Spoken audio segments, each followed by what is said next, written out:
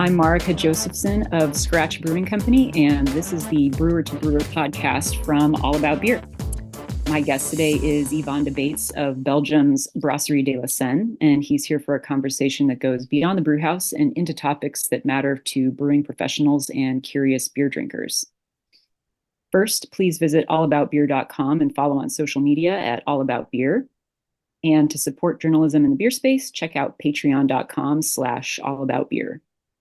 We'll get into the conversation in just a moment, but first, this message.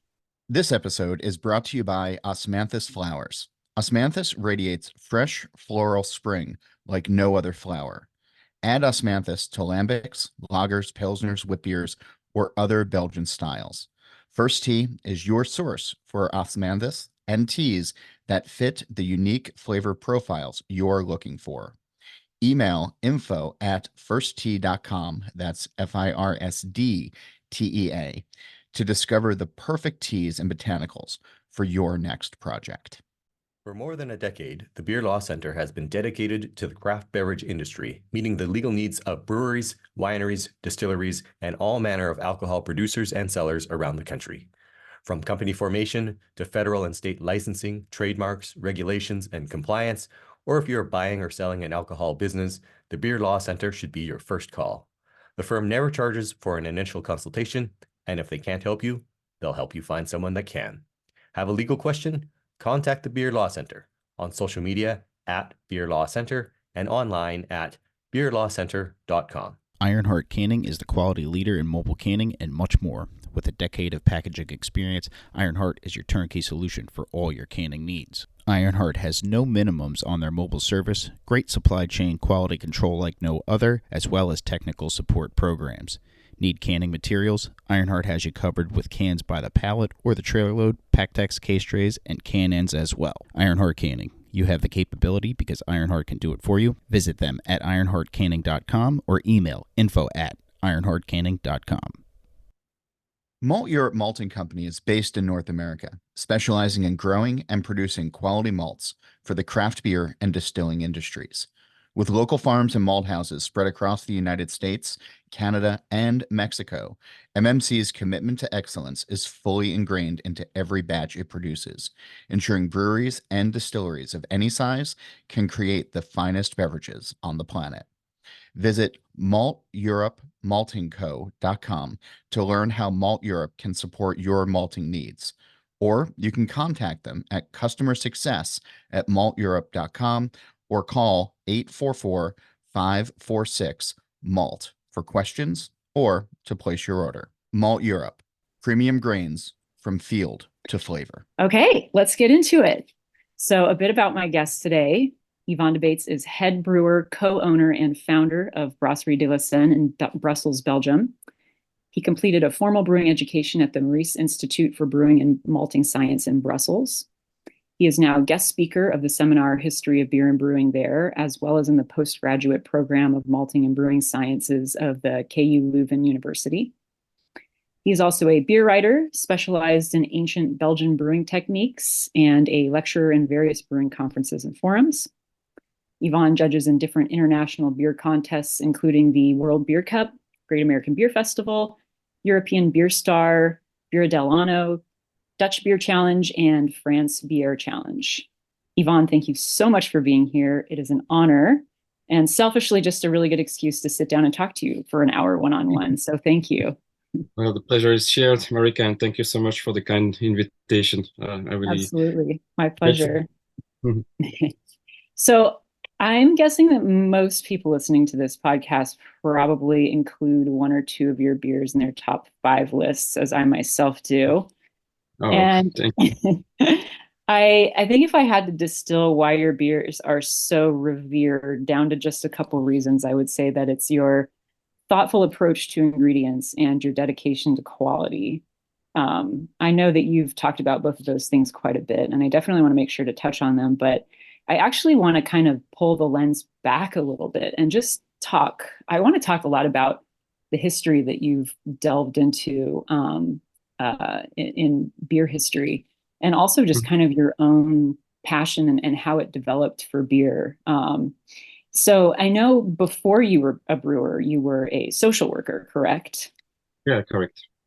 Yeah. So, but you had been interested in beer for quite a while, at least since you were a teenager. So I'm just really kind of curious about the moment where you decided to, leave one career and sort of jump into the next. What was it about beer that was inspiring to you, that you felt like you had something to communicate through it? Mm. Well, my first approach to beer, and remember that we are in Belgium, so we start drinking at an early age here.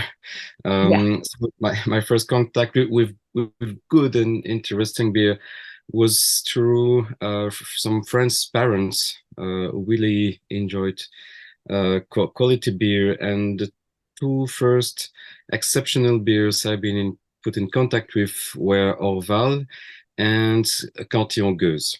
We are talking about the early 1990s, let's say. Okay. And at the time, with my friends, we were drinking the classic Belgium lager that is not very tasty. Mhm. And so when I discovered those two beers, I had a shock.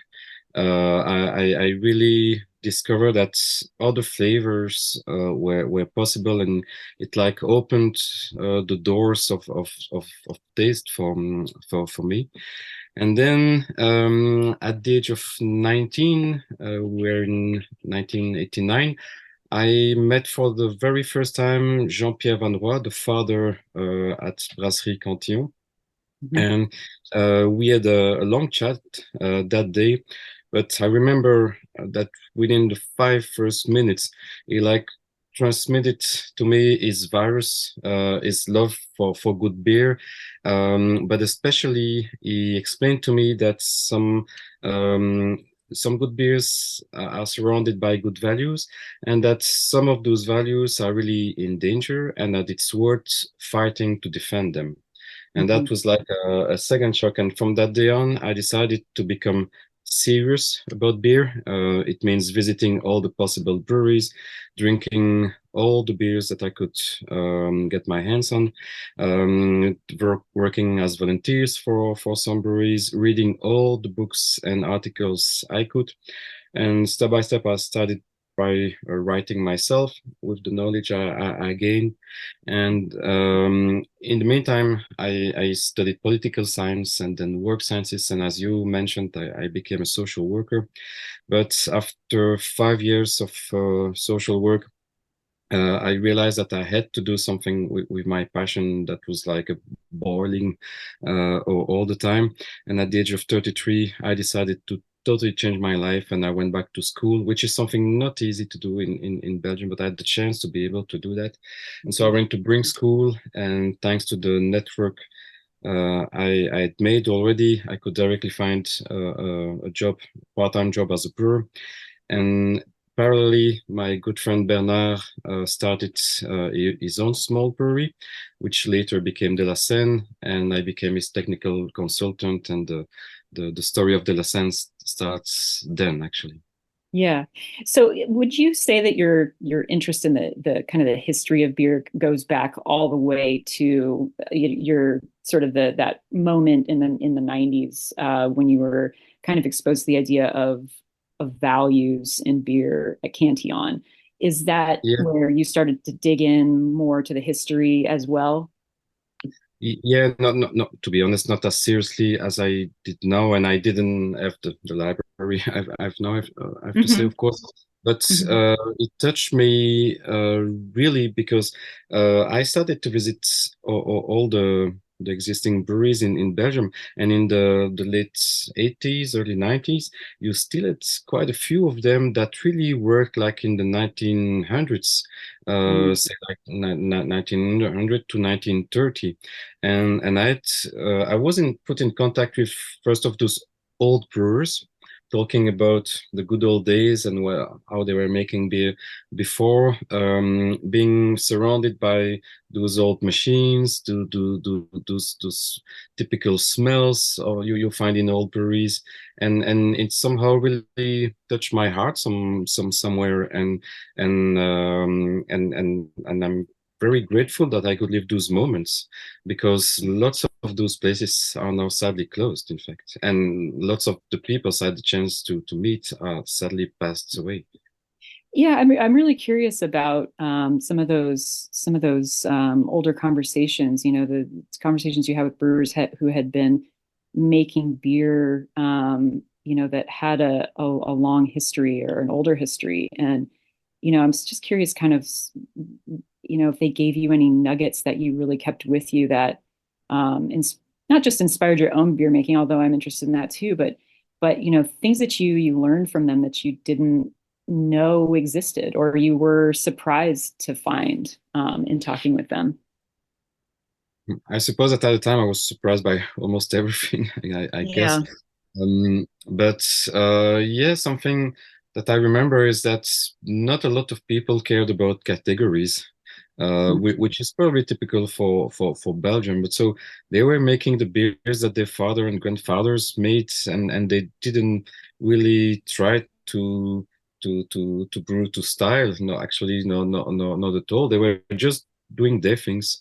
But in the attitudes and the way they were acting in their breweries, something that I could really witness is their super highly developed sense of observation and how they were using all their senses at all times. And this is something that some of us, I think, are losing a little bit in our very modern breweries, is to sometimes just take the time, observe things, get the experience like that, and yeah, hearing, tasting, smelling, seeing all day long, and it in itself it creates a huge wealth of knowledge, actually, and this I could really see with every single one of those ancient brewers. Yeah, absolutely. I've noticed that too with some of the younger brewers that have come to work with us who've just come out of school. They seem to trust the numbers more than they do their own senses Yeah, sometimes. Yeah. yeah. And Uh, and trusting your senses is important, because then you have a chance to develop some intuition. right. And I think that intuition is a very, very important quality to have for a brewer. Yeah, absolutely. Um, yeah, I'm curious too, and I know you've amassed quite a large collection of brewing books, haven't you, over the last couple decades? Mhm. I I've been researching some of my family's culinary heritage, the Norwegian side of my family, and some of the food items they brought over, and have stumbled into some really interesting recipes and texts here in America. Um, and you know, in doing that, I you know sometimes just find these they're like little gemstones that you find as you flip through a page and you read something in a recipe that's surprising and kind of reveals a whole culture or world to you. And I'm just curious, as you've collected some of these brewing texts, what things have you found in them that have just, you know, made you left you in awe and just made you want to find another book to, you know, take you further down this sort of rabbit hole, or just, you know, researching more, finding out more. Well, it's not really related to one book. It's a whole thing. But you know I, I'm I'm a nasty collector, in the sense that I like to collect and to own those beautiful books and stuff. And but my aim is to keep all that ancient knowledge alive, and this is why I do lots of lectures about it, and I write when I have time, which I don't have enough, sadly. But so it's not like I never found. Well, I have one book that is probably my favorite. It's a book written by a Belgian scholar in 1829. We were still until the domination of the Dutch people. That was from 1850 1815 to 1830, so 1 year before the Belgian Revolution starts. Mhm. And he describes in this book in very deep detail all the styles of Belgian beers of the time and the brewing techniques. And so this is like a cornerstone of a book that I have, but it's more the whole ensemble of all those books. It's really the library that I consider being like a huge encyclopedia. And when you work on one topic, you have many places to go to do your research, and it's collecting all those and creating the links between all those that is really fascinating to me. So those books, they're like almost like a group of humans. They have different skills, and they kind of complete each other. And when you can find that, it's really, it's extremely fascinating, and it brings a lot of joy. Yeah, it's life affirming in its own way. Yeah, Yeah. yeah. Um, when you worked on the Saison chapter in the Farmhouse Sales book, Mhm. which, gosh, has been probably about 20 years since that came out, I think. Yeah, Yeah, there's a sense, you felt that Saison was sort of in danger of dying out. Do you feel that's still the case in Belgium? Maybe I'm saying more particularly. Do you feel like there's been a resurgence of interest, or that it's being more preserved today, or does it still kind of feel like it's in the same tenuous state? um, no, let's put it that way. You Unfortunately, you don't have to count on the Belgians to save their patrimonium.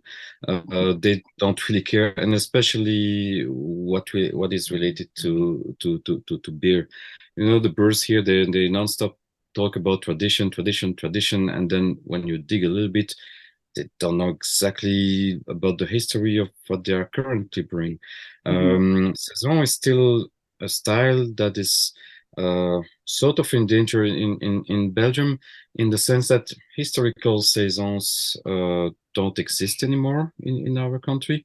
Mhm. Um, People like many an international brewer also, but especially in Belgium, they have like a very modern image of saison based mainly of what is Saison du Pont nowadays. A very good beer, no doubt about that. But Saison du Pont is basically a beer that was developed in the 1950s, Mhm. which is not like extremely old, but it's the, let's say, the last remaining of the ancient saisons, or at least saisons made in breweries that were famous for making saisons since the 19th century. And so it became the sole example for many a Belgian brewer for making a saison. And if you copy a Saison du Pont, well, first copying beers, I think it's a little bit sad, but okay, if you make a beer that resembles to Saison du Pont, you make a saison, but you make a modern expression of a saison, and that's the only thing that is done in Belgium, in my knowledge at least. But the ones who really like save the style are the Americans, Mhm. mainly. You find way more easily genuine old-fashioned like saisons in your country than in mine, Uh-huh. which is sad, but to me not surprising, let's say. Yeah. Yeah, I was curious how you thought about the Americans sort of adopting that style a little bit, between people who sort of think of themselves as brewing saison under that moniker, and other people Mm. who are brewing mixed culture beers that have a saison spirit, even if they're not called saison. Yeah. Yeah, I'm just curious what your thoughts are on those beers. So I think there are still a lot of misunderstanding, but to the defense of the brewers, honestly, it's the most difficult style to get and to understand. Mainly for one reason, is because we have very, very little written sources about it. And the reason for that is that the scholars, when they wrote brewing treatises, they were people living in big cities. And so they would write mainly about what surrounded them. And also, and it's classic for a writer, they would write about things for which the sources were easy to find. Saisons were typically countryside kind of beers, and the scholars at the time didn't really care about what was happening in the countryside, and so it's extremely difficult, and this explains why there are still lots of confusion. But I've tasted lots of beers in the US that the brewers didn't especially call the Saison, but that for me were perfectly genuine historical Saison. Most of the mixed fermented beers that are either a little bit like a Flemish brown wheat or like a bitter lambic beer are in the family of the old-fashioned saisons. The thing that is very important to understand is that there were no clear borders about those three style of beers. Back in the days, I'm talking about the lambic from Brussels, the Flemish brown red. For me, Flemish red and Flemish brown basically the same beer. One is from Flanders, one is from West Flanders, but it was made the same way. Then Ronbach brought those foeders, the idea of the foeders from the UK.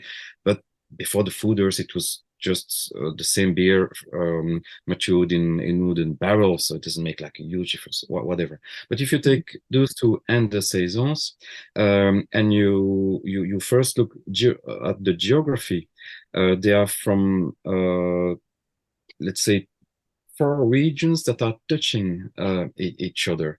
I recently drawn a map about that, and it's very interesting when you put a color on those 3 regions or 4 regions, because there are 2 Flanders there, whatever, and it really becomes like one big spot of color for a larger region. And the flavor of those beers were extremely closely related, and they were referring to what was called at the time the taste of the North. And the taste of the North, from a sociological point of view, is the taste of all the Belgian people, plus the people of northern France, plus the people of southern Netherlands. And for beer, they liked the same stuff. And the stuff they liked was a beer that was a little bit sour, so tart, and with wine-like characteristic. And this was a common feature for lambic beers, Flemish brown red, and saisons. And the way of making those beers was actually extremely similar. Of course, there were nuances, but honestly, especially for saisons, I think the saison brewers, they were the ones that acted the more like sponges towards those 2 other styles. And some saisons were made on a very close manner to the Flemish red browns. Some other saisons were very close to the lambic beers. And so I consider today, and I started to understand that 20 years ago in this book, but now I can more clearly prove it. I now considered that those 3 main style of beers can be considered one unique family, and it's the family of the Belgian Bière de Garde. It's complicated because Bière de Garde is seen as a style from northern France, and it was exactly like Saison. It was the exact same brewing techniques. And by the way, even in northern France in the 19th century, the brewers and the local drinkers would sometimes call their Bière de Garde by the name Saison. But Bière de Garde is a term that was also used in Belgium by the scholars. So that's the term that you find in the old books when they talk about either lambic beers, either Flemish browns, either saisons. The funny thing is that it's a way of talking for the brewing scholars, but the brewers would rarely use the term bière de garde on their labels, or when before the label, when they were only naming the beer to the customers, they would call it Saison instead of a beer of the bière de garde. Lambic beers were never called bière de garde for the customers, and for the Flemish red and browns, neither. But it was the way they were described in the books, and black on white, which was really clearly mentioned that they were of the same family and brewed with very, very similar techniques.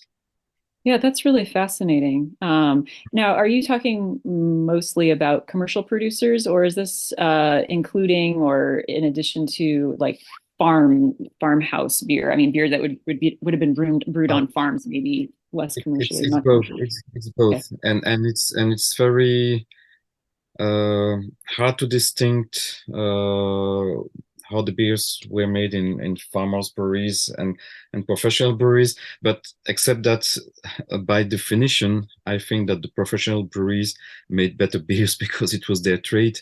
The farmers, it's very romantic when you think of a beer made in a farm, but honestly, it's not the main job of the guy who makes beer. His main job is to be a farmer, Right. and he would make beer during a few months in the winter, and of course some of them were most probably excellent brewers, maybe not all of them. I don't know.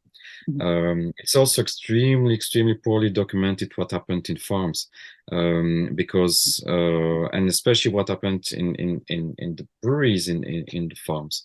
It was when a farmer at a brewery, well, it was of course a farm of a certain size, of a certain importance, because of small farmers, they were most of them poor people. They couldn't afford to have like a copper kettle or things like that.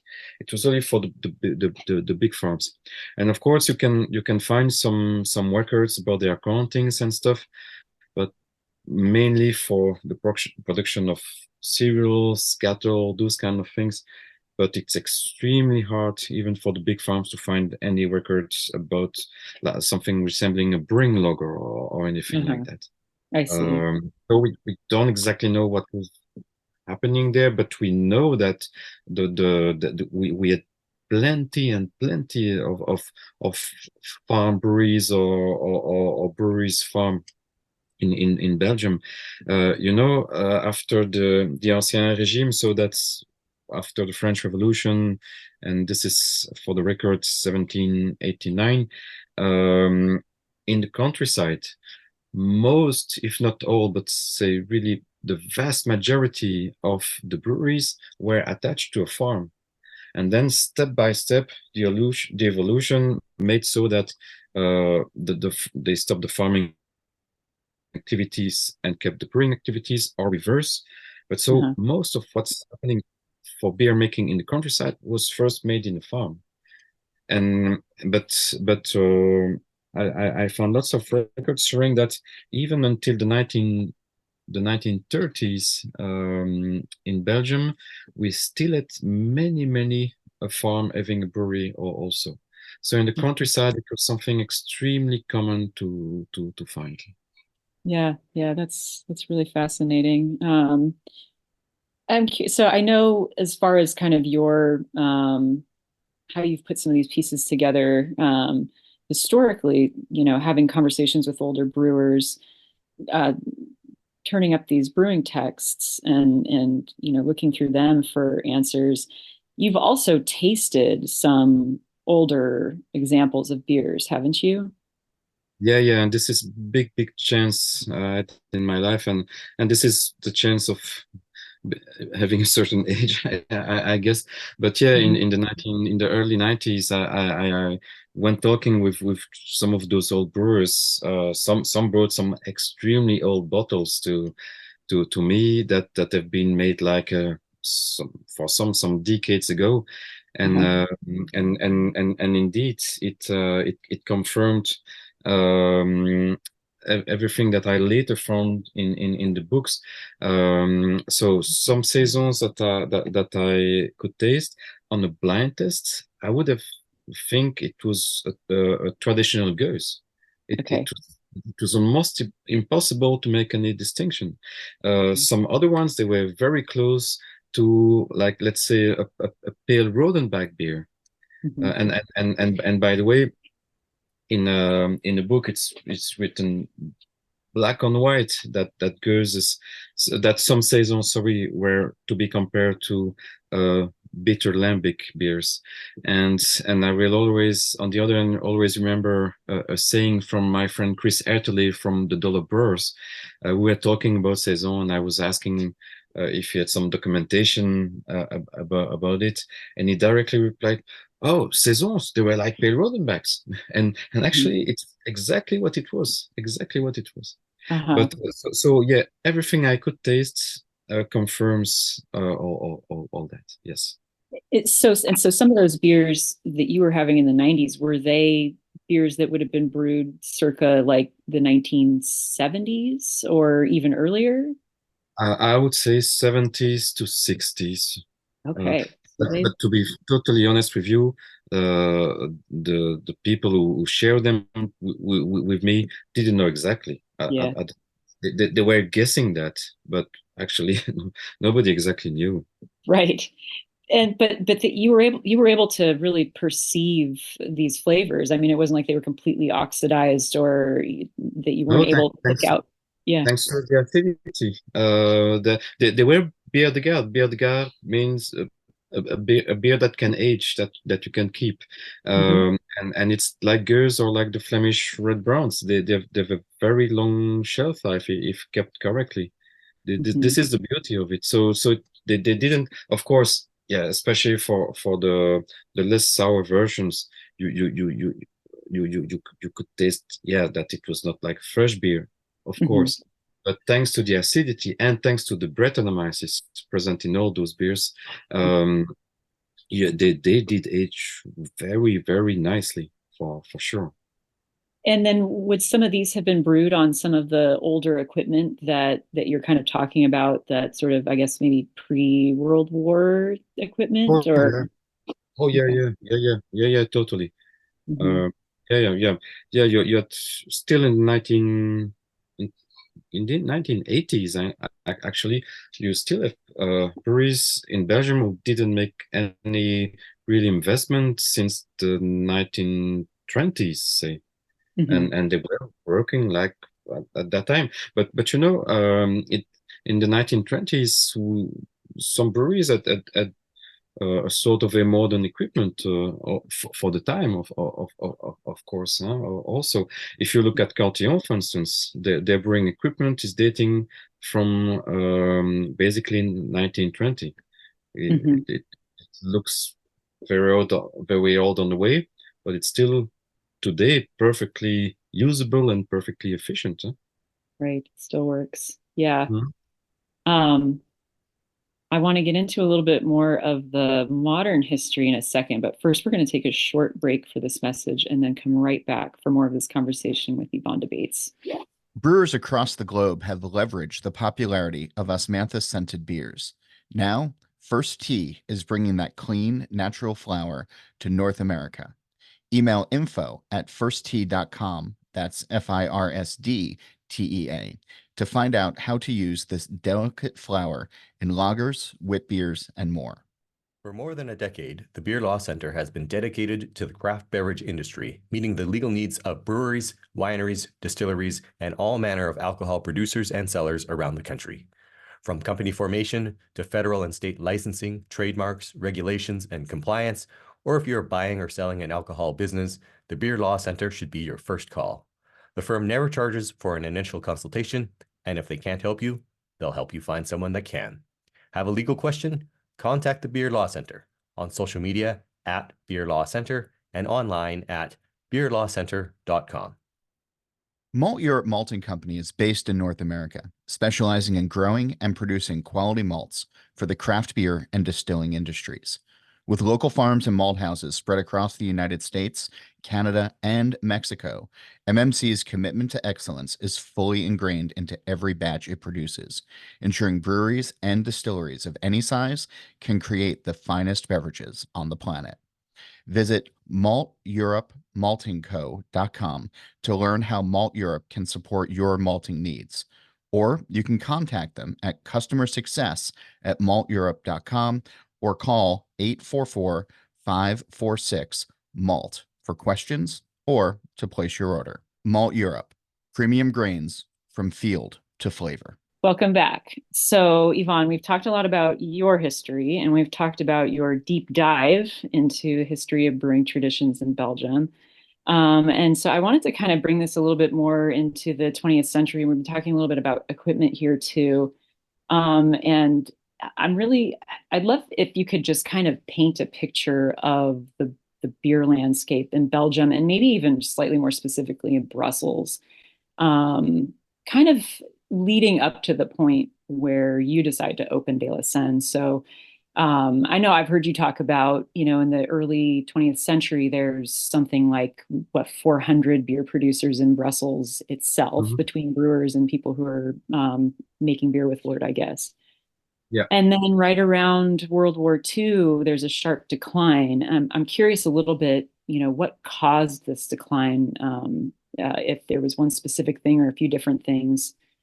And then what happened kind of, I guess by the 80s and 90s, we're just down to Cantillon.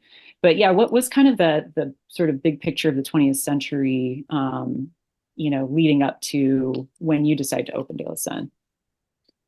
Oh, that's a big question. I know.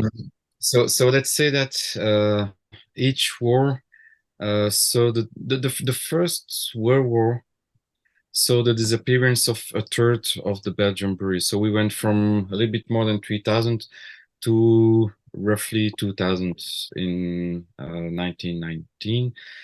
After the Second War, I don't have the numbers out of my head. I'm sorry, but we probably have let's say 700 breweries ish. But honestly, this has to be double checked. But the When you're saying reasons sort are of post Second War ish, something, yeah. But the reasons are always the same basically for the two wars. Well, first is the war. Second,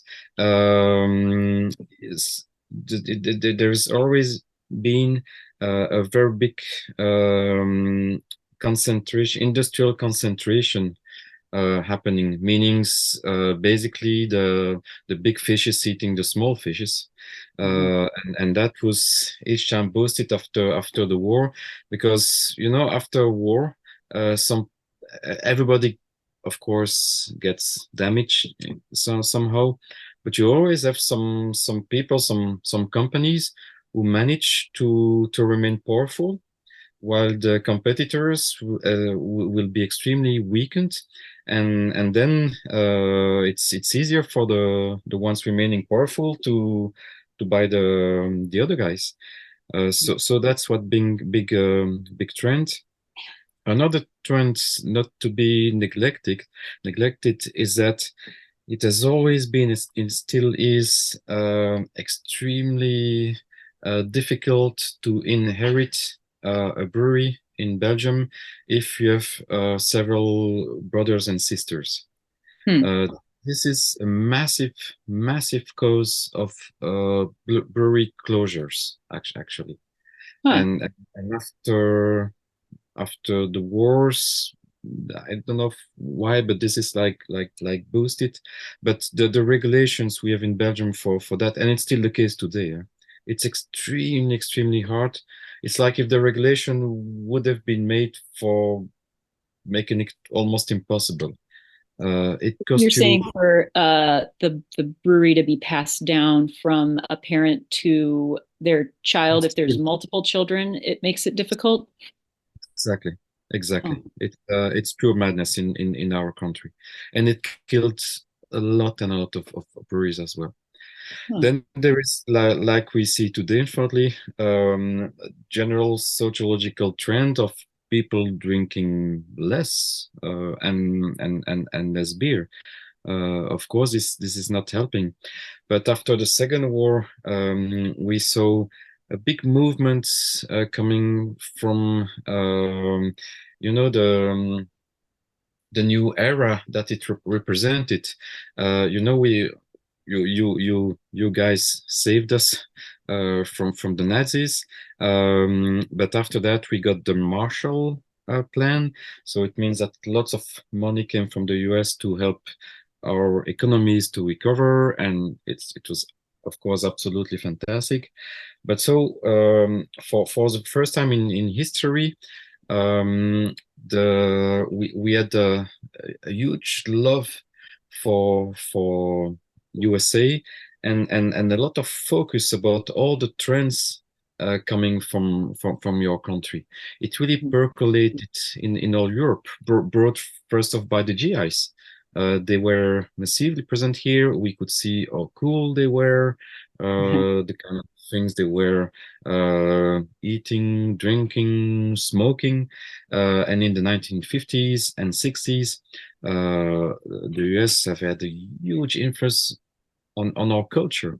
And at the time, you had some famous American beverages that massively came in our countries as well.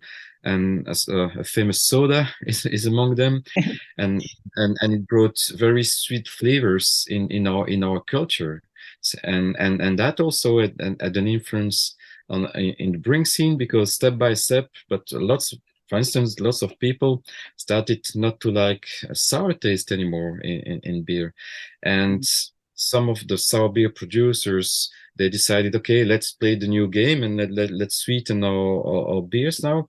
But some of them who wanted to remain more traditional, well, they went out of business, and so that was another trend. But most of the more general trend is that in the 1960s and especially 70s, I think that everything that was craft was not very trendy anymore. The people didn't care, and in Belgium, we let our brewing culture totally die. The people were happy drinking maybe 3 or 4 different beers. It was enough for them. They lost their curiosity. They lost also the attachment that they had before towards the local beers. The local beer, it's even in the 19th century a family of beer. You had the common beers, that was brewery A, B, and C making a blonde beer, a brown beer, maybe a white beer, and that was it. But they would also make beers that were called local. So it was local styles, let's say. They are the origin of the styles. And so each locality, each city, each sub-region had a typical beer of theirs. And the customers were extremely attached to those ancient styles. But that is something that has been step by step totally lost in Belgium since the 1950s. And that trend was boosted in the 60s and then the 70s.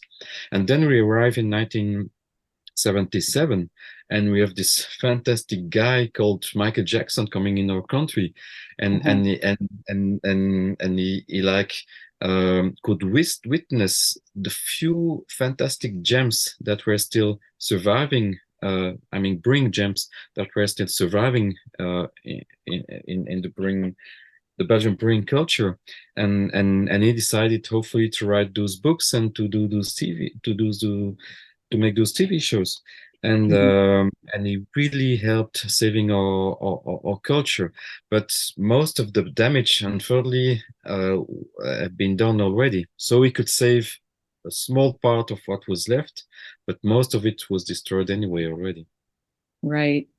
So that's kind of, bumping up into basically the 1980s. And there's just a little bit of Belgian brewing culture left, but otherwise the industrial kind of lagers, I guess, had they already kind of infiltrated by that time? Is that what you're kind of thinking, like post World War and people's tastes had changed away from a beer that was skewing a little bit more tart or sour to something sweeter, but also maybe lager, more industrial type beer? It's a difficult question, and honestly, sometimes easier to find data from the 1900s than from the 1950s about those questions.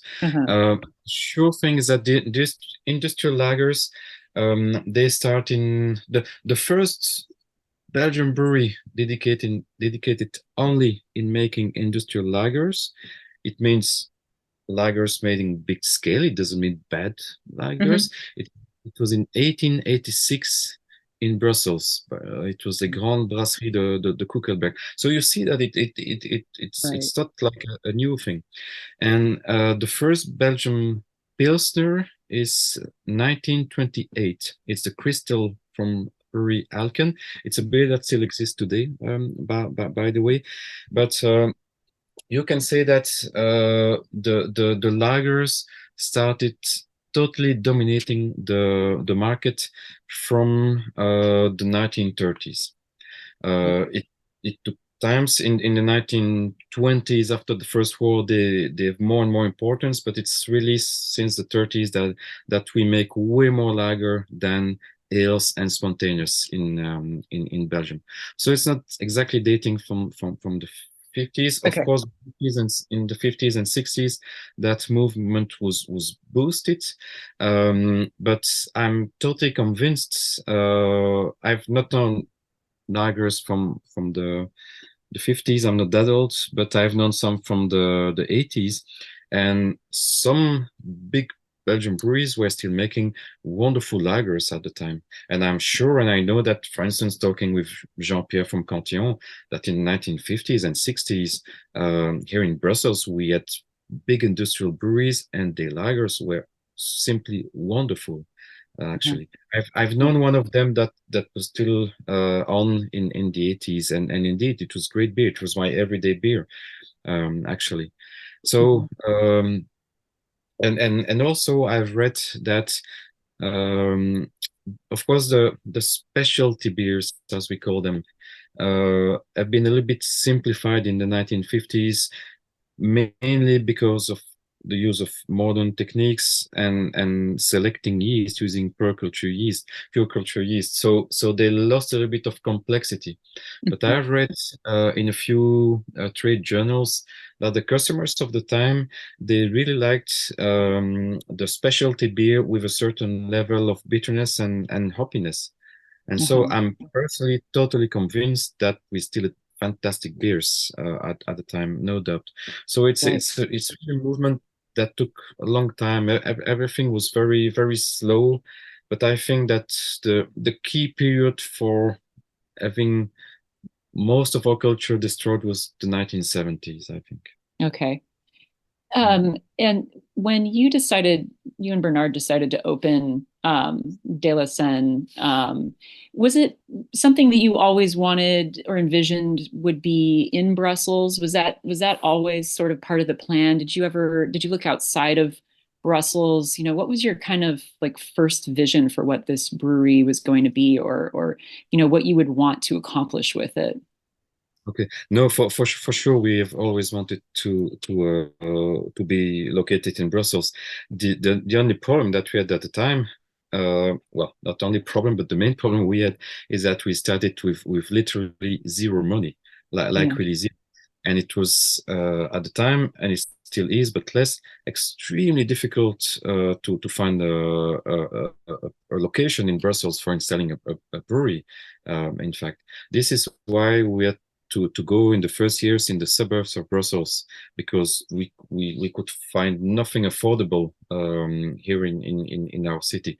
But it was since day one our dream to become the Brussels city. And so we could install our first facility in town in 2010. And that really was it's almost the real beginning of our story. Even if we started 7 years before, it really boosted the sales and the presence. Of course, in 2010 we had 7 years of existence, and our beers were way better than they were when we started. It helped, of course, but no, Brussels has always been the most important thing for us. We wanted to be the local brewery. Yeah. And And since very early, we wrote, our first beer, and it's now a flagship beer, Zine beer. On the label, we wrote as a subtitle, "The Brussels People Ale." But when we wrote that, I think the first time was maybe in 2005 or six. It was like a dream that we will never achieve. It's a dream, but okay, we know it's a fantasy. It's just impossible. But actually, it happened, and now our beer has been really adopted by the locals, and our biggest victory probably is that we still make, and we'll always make, beers full of character, and we make absolutely zero compromise in the making of our beers and on quality and ingredients, etc. But now we have lots of customers who are not at all beer specialists. They are what I call the normal drinkers. Right. And Marika, I cherish the normal drinkers. They are the best people Yeah. in the world. And because they don't have a snobbish attitude, they just are able to enjoy a good beer with their friends, and they smile when they drink it. Yeah. Unlike some beer geeks who never smile when they drink. And this is fantastic to see that, yeah, all beers can be really enjoyed by the people who are absolutely no beer specialists. Yeah. There is Yeah. even among some journalists here in Brussels a term that they developed, and we never used it, but they call some of the coolest cafes in town, they call them Zinnebier cafes, in one word actually. This is the best we were possible for us, really. Yeah, absolutely. Yeah, I was really curious about your, I guess, what challenges there would have been coming into Brussels initially. So, I can't imagine, I mean, with just one other brewery there, I wasn't sure if there were also other kind of legal roadblocks that you ran into, or just, just people's mindsets, or other things, or if it was really just kind of the financial consideration of trying to find the right space for the right price when you don't have a lot of money to spend. Well, that was the main issue. But Belgium for that is totally schizophrenic. On one hand, we have a few institutions that are really there to help. We have subsidies. We have really people helping filling the crazy documents you have to fill all the time. And so you get a lot of help. But parallelly to that, you have an equal number of agencies, government agencies, that try to kill you. So it's a total schizophrenia all the time. It was even worse when we started, and also at the time when you went to see a banker to ask to borrow some money for opening a brewery, they would literally throw stones at your head, consider you totally crazy. Today Yeah. it's way more easy. Let's say that we paved the way, and sometimes you have the impression that the bankers are throwing money at you, but it's somehow equally stupid, because they financed breweries with extremely poor business plans, and led by people who never went to brewing school, who didn't really knew how to make a quality beer, and now we see the result of that. More and more bankruptcies, people going out of business. Of course, it's not the only reason, but there have been an inflation of breweries in Belgium, and especially in Brussels, in a way that is absolutely not sustainable. Uh-huh. And now we see, like it was like a speculative bubble, and the bubble has exploded actually. Uh-huh. And then as far as like, actually getting your beer into bars around town, because the majority of your beer is sold in Belgium and also in Brussels too, isn't it? Yeah. Percentage wise. Oh Yeah. yeah, yeah. Yeah. It's more than ever actually. Mhm. It's sometimes hard to have precise numbers because we self-distribute a bit, but most of our beers are distributed by different distributors. But I consider that we must roughly sell 70% of our beers in Brussels. and almost 20% for the rest of Belgium. So Yeah. we export 10, maybe 12%, and that's it. Is it And good? those Yeah, go ahead. numbers for local consumption are higher than before, and it's actually very cool. It is. It reminds me so much of what Dan and Deb Carey did in Wisconsin with New Glarus. I mean, they're one of the biggest craft brewers in this country, and they only sell in their home state. I'm Only curious. only in Wisconsin, right? Right. Yeah. And I know that it's a lot of legwork going into bar after bar and bottle shop after bottle shop and getting people to decide to take a beer off and put yours on. I mean, how was that for you over the years? What was that experience like? Little parenthesis, Dan Carey is coming here on this very Friday. Oh, So we spend a few days together visiting different breweries and museums and stuff. It will be lots of good. fun. We're very good friends. Yeah. No, it was basically what you described. Being like a ballerina. I'm not sure it's a proper word in English, but like it's entering the places. And talk. We, Yeah. we consider ourselves as educators of the taste, especially when we started. It was extremely hard to sell a craft beer, and even harder to sell a beer with some bitterness, as Mm-hmm. all beers have. And honestly, it was like fighting a square meter per square meter to try to enter the place, get the ears of the owner or the staff, and explain to them, okay, yeah, I'll be a little bit bitter, but they are not only bitter, they've lots of character, very nice flavors, blah blah, you should try them. And honestly, it was a crazy job to do every single day, every Yeah. single night, Yeah. also. And this is also something that we finally did for the community, because again, we totally paved the way. And when other small brewers came in Brussels, it was then easy for them to sell those kind of beers, because Right. yeah, we like Jean-Pierre did for me and the parents of my friends back in the 80s. We have simply tried to open the doors of the taste to the people. We never said, oh, beers are better, the rest of the beer is crap, blah blah blah. No, it's just like, okay, the other beers are cool, but there is something different, there is an alternative. Just give it a try, and if you like it, it's super. If you don't, it's perfectly fine, we'll drink it ourselves. It was Right. basically that. Right. Yeah. That kind of leads me to the last question I wanted to ask you. Is a slightly more philosophical question, I guess. But when we turned 10, people kept asking us, what's next for Scratch? What do we have on the horizon? Where are we going to be in 10 years? And there was always this tone in the question that struck me as implying that we were lacking something, or in America, especially, I feel like there's always this push or pressure to grow for the sake of growth. But we Yeah. very rarely ever have a conversation about quality. Mhm. And I feel like, growth can often come at the expense of quality, unfortunately.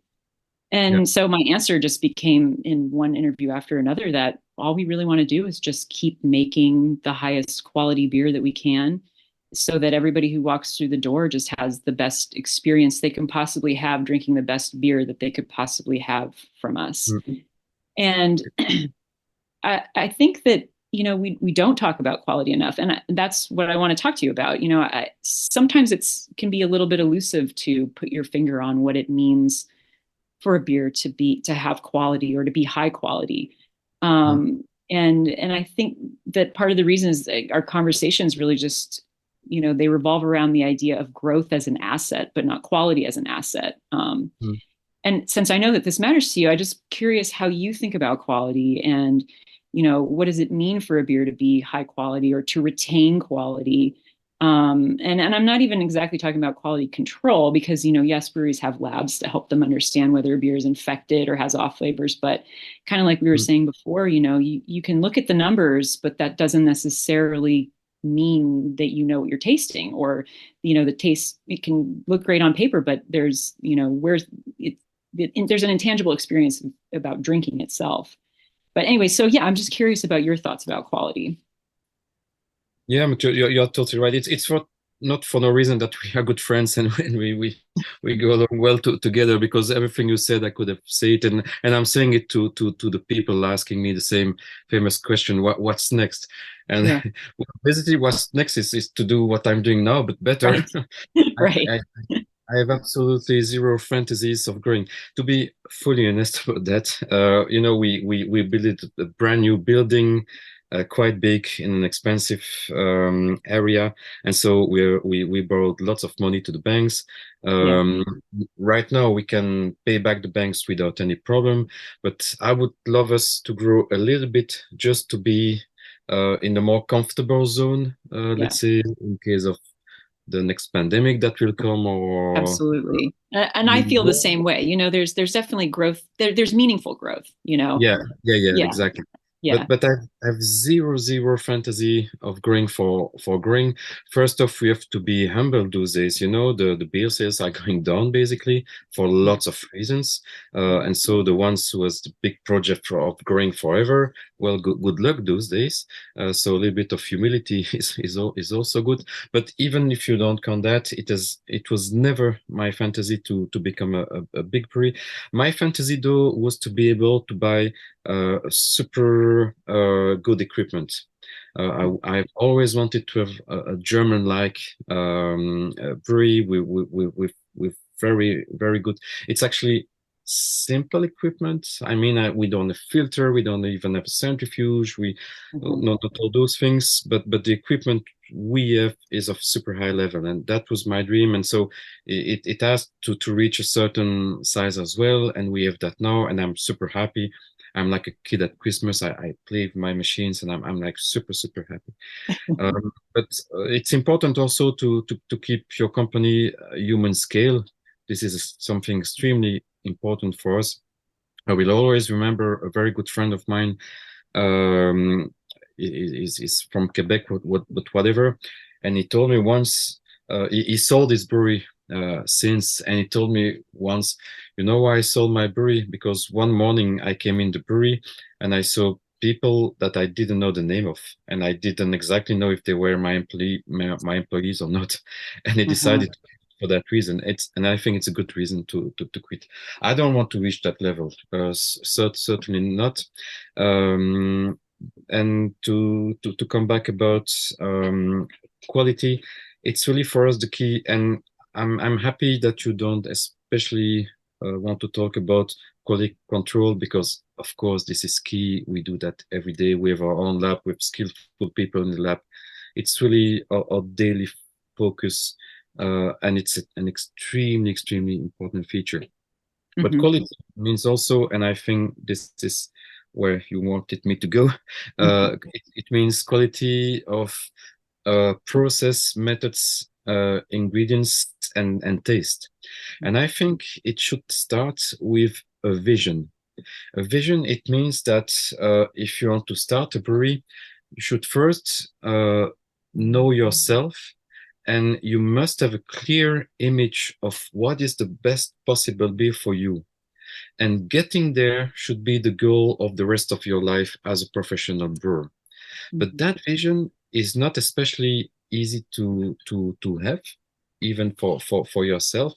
It takes a lot of time, it takes a lot of experience, and it really takes a lot of time with yourself, as I said, to know yourself and to know exactly what is your taste, what kind of values you want around your beer and behind your beer. And this is maybe the main weakness I see among new brewers those days, and since a few years, is that they come on the market with zero vision. They like IPAs. They think, oh, it's cool to make IPAs. Okay, I want to become a brewer, and that's the only vision they have. Okay, sorry, dude, but people like you, there are thousands and thousands. So you will have to fight against those thousands and thousands of dudes like you. And I think it's not a sufficient reason for becoming a brewer. you should really know what's the best possible beer for you, and then you start to get there. Right. Yeah, I think that's a really fascinating way of looking at it. That the vision actually leads the quality. Yeah. It defines the quality, and it's what keeps the quality against all odds. And there's a strength of character too in someone to hold on to that through thick and thin, because there are a lot of other forces that act against you and decisions that you make as a Oh yes. brewer. Yeah, Yeah. totally. All your life will be pushed, sometimes by your bankers, sometimes by your own customers to do compromises. Yes. Yeah, it takes a certain personality to say no. It's my thing. But this is why it's interesting to start with your own vision, because at the end of the day, you have to still continue to make your beer for yourself, and you have to be proud of it. And Right. this, I think, helps to maintain the other part of the quality, like quality control, etc., etc. Because you act as a selfish person, do the things for yourself. And I think it's somehow the best way. And of course, if you are strong in that position, then you are maybe more able to share what you like with others, because of course Right. we don't make beers for drinking it ourselves. We make beer for the people to have a delightful social lubricant, and have pleasure, and get together first, and then have pleasure together, and smile, right? Right. And I think that your point is, if you're trying to guess what's in their head and guess what they like, that's the worst way of going about it, because there's no way you'll never please everyone, So if you keep your own vision ahead the whole time, everything else locks into place. Yeah, it's exactly what I meant. Yeah. Yeah. Yvan, thank you so much. Again, I always feel renewed and inspired after speaking with you, and this time just like all the others. So it's just been a great pleasure, and I hope we'll see each other soon. Yeah, me too, Marika. Thank you so much again for the nice invitation, and the nice chat. And I hope we see each other before too long. I miss tasting and drinking your delicious beers. Thank you so much. Yvan will be back on the next episode of this show as the host, having a conversation with a brewer of his choosing. And that will be on the air in 2 weeks. So make sure you tune in for that. Visit allaboutbeer.com and follow on social media. And to support journalism in the beer space, check out patreon.com/allaboutbeer. I'm Marika Josephson of Scratch Brewing Company. Thank you for listening to the Brewer to Brewer podcast.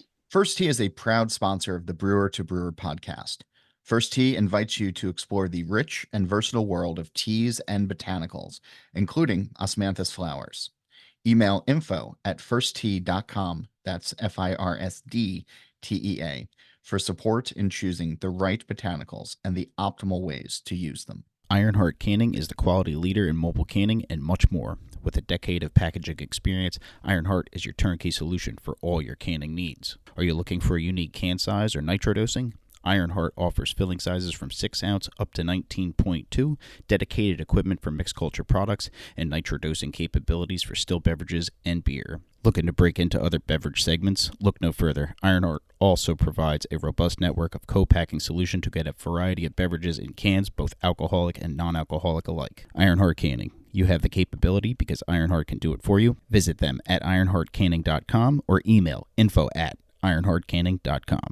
For more than a decade, the Beer Law Center has been dedicated to the craft beverage industry, meeting the legal needs of breweries, wineries, distilleries, and all manner of alcohol producers and sellers around the country. From company formation to federal and state licensing, trademarks, regulations, and compliance, or if you're buying or selling an alcohol business, the Beer Law Center should be your first call. The firm never charges for an initial consultation, and if they can't help you, they'll help you find someone that can. Have a legal question? Contact the Beer Law Center on social media @Beer Law Center and online at beerlawcenter.com. Malt Europe Malting Company is based in North America, specializing in growing and producing quality malts for the craft beer and distilling industries. With local farms and malt houses spread across the United States, Canada, and Mexico, MMC's commitment to excellence is fully ingrained into every batch it produces, ensuring breweries and distilleries of any size can create the finest beverages on the planet. Visit malteuropemaltingco.com to learn how Malt Europe can support your malting needs. Or you can contact them at customer success at malteurope.com or call 844-546-MALT for questions or to place your order. Malt Europe, premium grains from field to flavor.